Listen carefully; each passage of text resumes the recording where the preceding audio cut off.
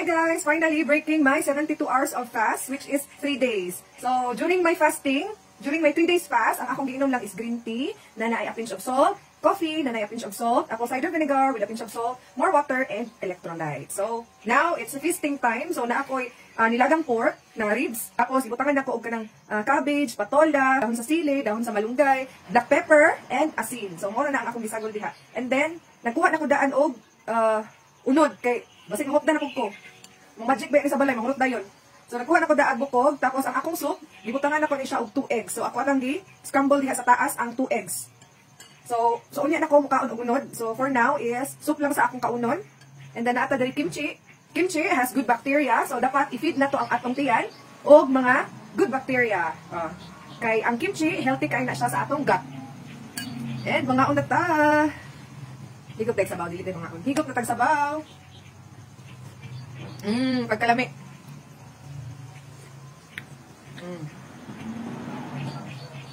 So this is how I break my long fast. So as much as possible sabaw, bone broth, and then mga gulay that's very very soft. Anda lang sa. Gibutahan ko din ako ng kamatis. Karon ako kay dumdum.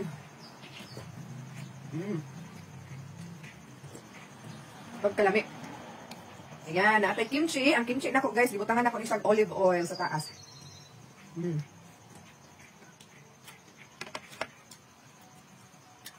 So, ang kimchi, mauni ang magsilbi na probiotic.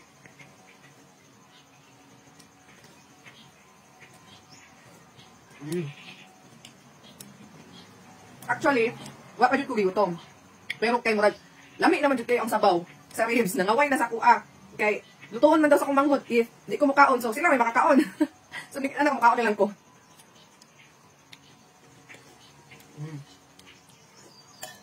Ano, nakuha na ko daag mga unod-unod diha. Kay, sigurado dyan ko di na ko kakaon unya. Kay, mahurot na nilang kaon.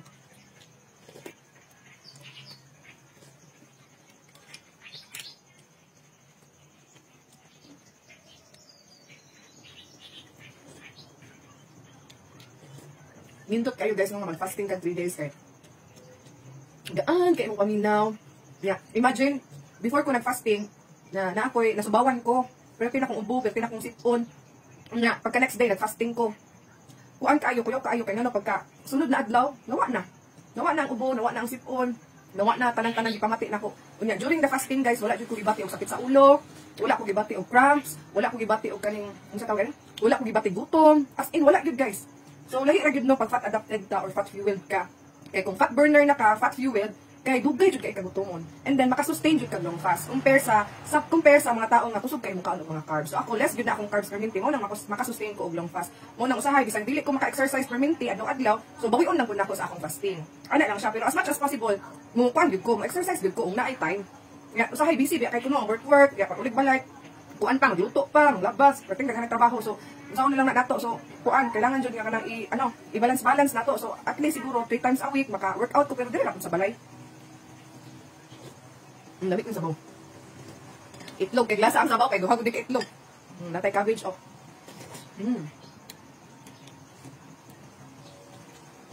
Lami ang sabaw eh. Yan itong kimchi. Tama ko langaw eh.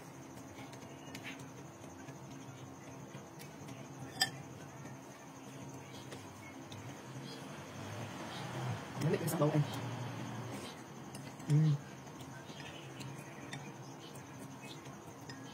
Mukaon ko anay unod. Unya na mga alas 5. Alas 4 or alas 5.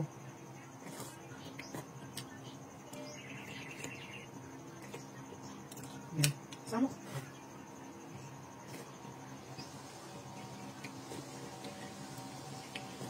And during my 3 days fast, wala gid ko nagabutang og kanang sweetener nga sugar substitute, wala gid ko nagabutang ana sa akong coffee, sa akong green tea, sa akong apple cider, dili gid ako na ginabutangan og sugar free nga substitute kay ano, bisan pag sugar free na siya, 0 carbs and 0 calories. Yes, dili siya maka-break og fast, pero sweet man gud siya. Once na imong taste buds makatilaw na og tamis, most likely ma-break yun na imong fast. Dili gud ka maka-sustain og long fast kay ano, kamay nga ma-trigger naman imong taste buds. Oh, nakatilaw man siya tamis. So ana na ko dahala, gusto kong tamis.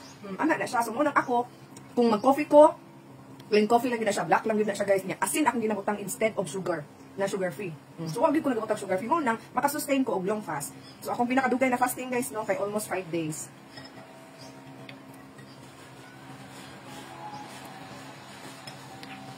Mami king kimchi.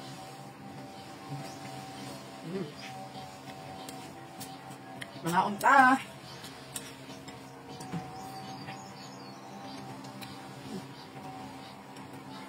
Mami king sabaw guys.